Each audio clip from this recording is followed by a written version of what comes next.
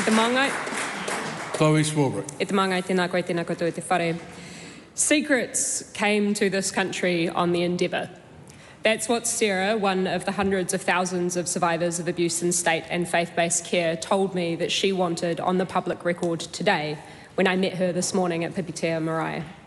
What Sarah meant is that the system of power and secrets, which enabled at least 250,000 morihu, pepe, tamariki and rangatahi to be abused through decades, was brought to this land and established through colonisation and oppression.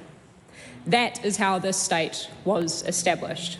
It shouldn't be a controversial thing to say. These are facts. As the Royal Commission into Abuse in State and Faith-Based Care details, abuse of power comes as no surprise when that power is built on domination and dehumanisation. In the official apology earlier this afternoon, the Right Honourable Chris Hipkins spoke about how the abuse, torture and neglect documented in this Royal Commission represents, and I quote, the worst of human nature. While of course I agree about the absolute evil detailed in this inquiry, the words had me reflect on Hannah Arendt's notion of the banality of evil.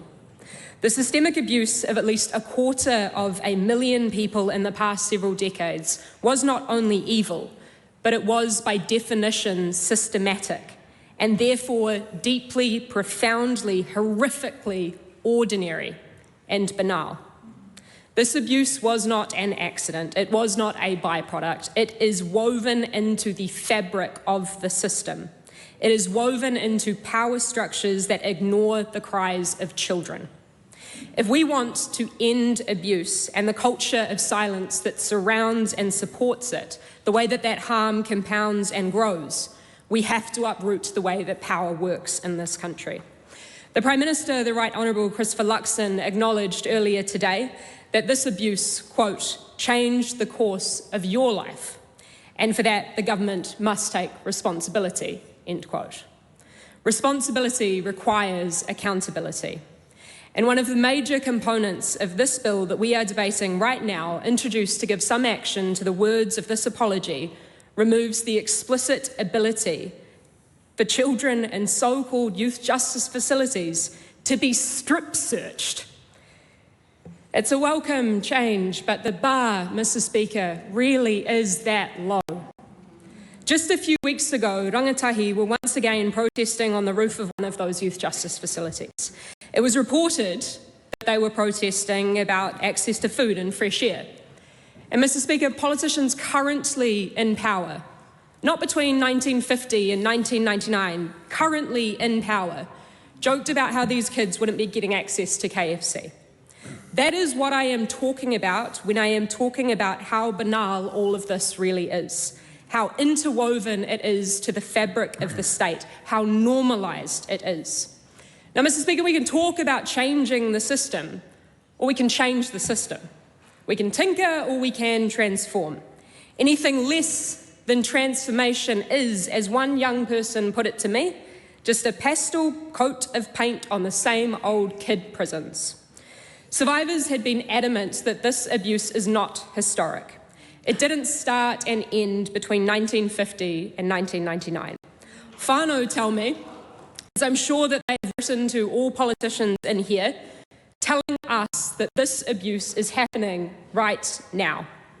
More so, the consequences of the abuse in state and faith-based care are very much still living among us.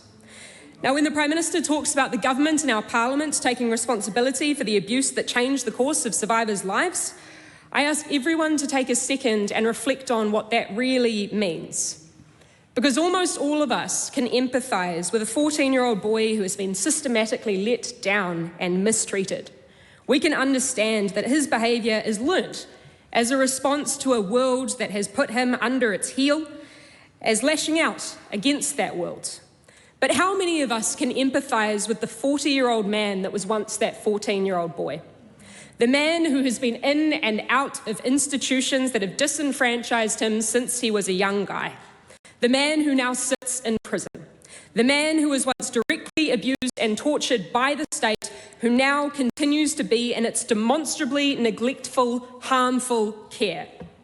I am talking about the brothers and mothers and fathers and sisters and cousins and friends that survivors wanted us to acknowledge and mention today, who are not acknowledged in that official apology, nor given, as I understand it, their rightful opportunity to engage with it. The abuse in state care, Mr. Speaker, has filled our prisons and grown gang numbers. That is what the state is responsible for. And taking responsibility means that we can no longer pretend that these consequences of these actions of the state are somehow natural phenomena. A criminal justice system that we all know only serves to produce more harm, more crime, and more victims didn't just happen. It is designed by people in power in this Parliament. And in 2024, it is being upheld and perpetuated by people in this Parliament. As of June 2023, around 4,500 young people are in state care in this country. Why? Well, unfortunately, actually for many of the exact same reasons documented in the Royal Commission of Inquiry into Abuse in State Care. Poverty, lack of access to adequate culturally competent services, racism, homophobia, transphobia, ableism. These, Mr. Speaker, are not historical issues. And unfortunately, in acknowledging this truth, I'm sure that some will say that we're getting a little bit political. Everything, though, is political. Because politics isn't just about political parties, it is about power and resources and who gets to make decisions that saturate and shape our daily lives. As an anonymous survivor in the Royal Commission said, and I quote, "I don't think anyone should have the power to make decisions about children that they don't love." And Mr. Speaker, this is where I see hope and love. While this bill is an important acknowledgement of the need to improve systems to reduce harm, the mahi is not done until we have overhauled the system and put an end to that harm. Fewer people being subjected to atrocity is still people being subjected to atrocity. And all of us should be brave enough to reconcile that while we individually and personally did not perpetuate any of the heinous acts and neglects documented in this Royal Commission of Inquiry, we, 123 members of Parliament, do benefit personally and individually from the system that did. We sit in the same chamber and swear the same fealty of allegiance to the same monarchy and the same system that did. So the question for all 123 parliamentarians apologising on behalf of this institution today is if we are willing to give up that power, if we are in this place simply to hold on to power or to redistribute it. Because, Mr. Speaker, the people are coming. This week, tens of thousands in the largest mobilisation that our country has seen in living memory are marching to this place to demand that we not only change, but transform this system. Demanding, as many survivors have, that we honour Te Tiriti o Waitangi me te he whakaputanga, that we ensure that our people get the systems and the services that they deserve, that we care not just in words, but in action for each other and the planet that we all share. And Mr. Speaker, I believe that the people will win, that justice will win, that love will win.